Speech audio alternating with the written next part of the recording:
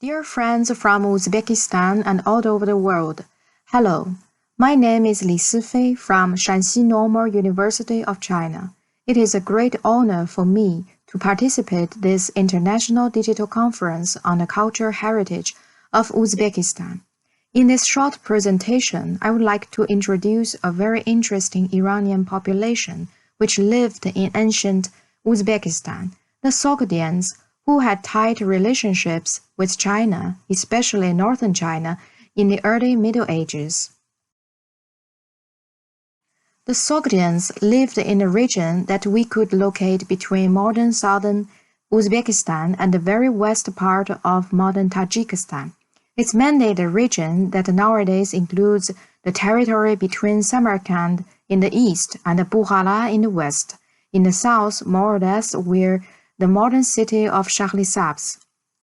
In China, in the last 20 years, we have collected a good number of tombs that belong to powerful Sogdians who migrated in China during the 6th century.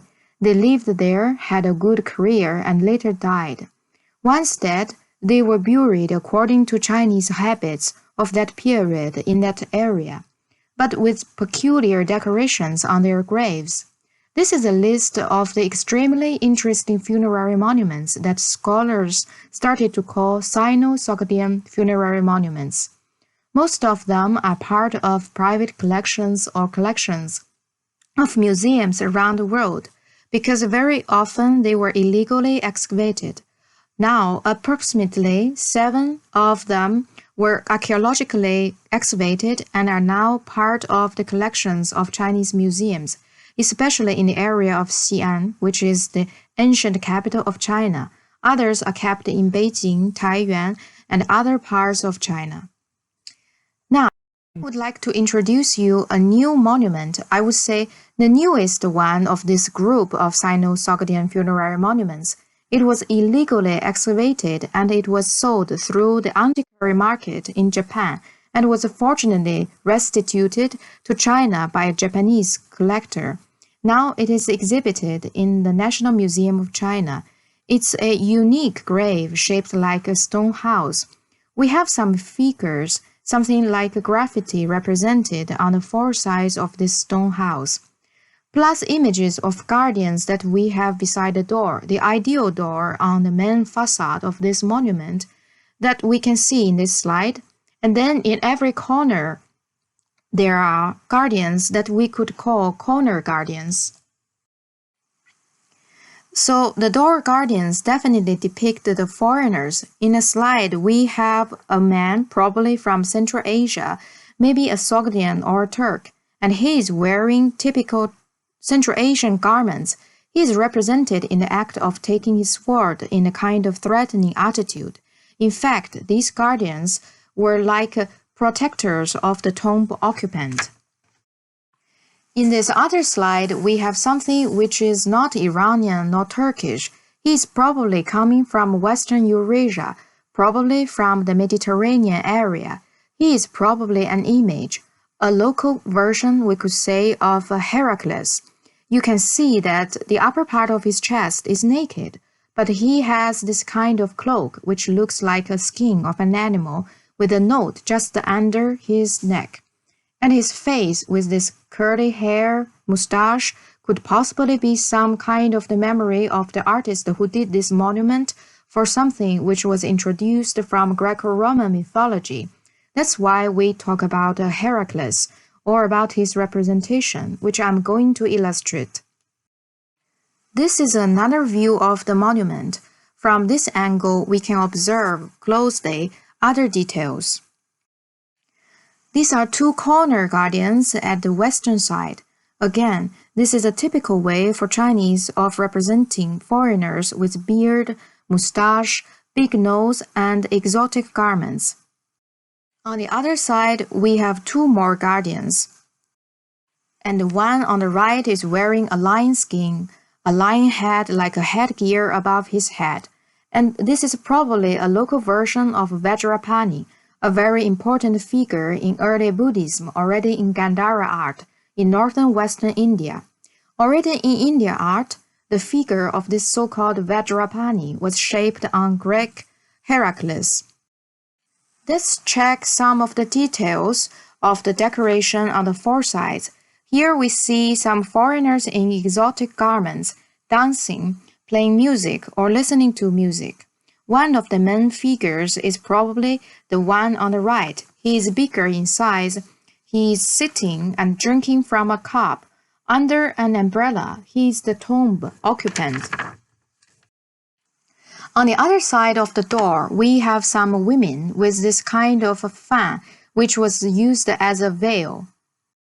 Other sides present much more interesting rituals, which are apparently not Chinese.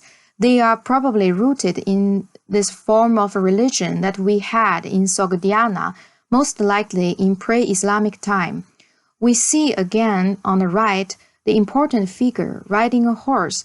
He is the most prominent person because he is bigger in size than his attendants around him, and he is wearing a very elaborated crown with on the top a crescent and possibly a little sun or star. He is again under an umbrella. With other attendants, he is following the person in the beginning of this parade who is carrying an altar. So we probably have some connection with the form of Zoroastrianism. It's very interesting to notice that some of the riders using stirrups, which were not introduced in Central Asia before the 6th century. Therefore, most likely, this monument, despite the lack of epitaph and other inscriptions, could be dated to the 6th century. On the other side, we have also in the proper Sogdiana, crowns like this one that we have on this monument were depicted in Sogdian paintings like in this specimen from Panjikand, or even in Samarkand. In the reconstruction by Franz Grenet and François Horry, we have the king of Samarkand wearing a crown in the way of typical Sogdian crowns, which included also crescent, possibly a star or a sun, and spread wings, which could remind of pre-Islamic Persian crowns. This is a very interesting painting where we have many foreigners taking part in the local New Year festivity, in presence of Koreans, Tibetans, Chinese, and probably Bactrians. And then there are Turks everywhere with long hair and no beard. Talking again about this unique Sino-Sogdian monument, we have also the representation of the way of transporting women in that period, with quite interesting detail of this chariot drawn by bulls or oxen. The chariot had some windows open. I think this is a good evidence to say that the person who was transported needed some fresh air. Then this is transportation for a real person. The representation like this we can notice on other Sino-Sogdian monuments from private collections. The arrows are pointing at possibly women inside the chariot who are looking outward to see what is happening around. The final side of the unique monument is a very long scene with a division of sexes, women on the left and men on the right. In the central part, we have probably a wedding scene. The man and the woman are taking part in this celebration with some other people who look like priests, presenting altars to them, and there are also some enigmatic tubular objects on the right. Other men are playing music, singing, dancing, and there are horses with umbrella on the right, which are probably allusions to the last traveling into the underworld of the tomb occupant. And his wife on the left of this scene was supposed to be transported into the underworld with the same ox chariot that she was using when she was alive, but this time you can notice that there are no open windows because it is a funerary chariot. Again, women are singing, playing music, and dancing, exactly like reported in Chinese written sources. Very interesting descriptions of foreigners, especially Sogdians, who were coming from modern Uzbekistan, probably from Bukhara or Samarkand, and they were very fond of music and dance.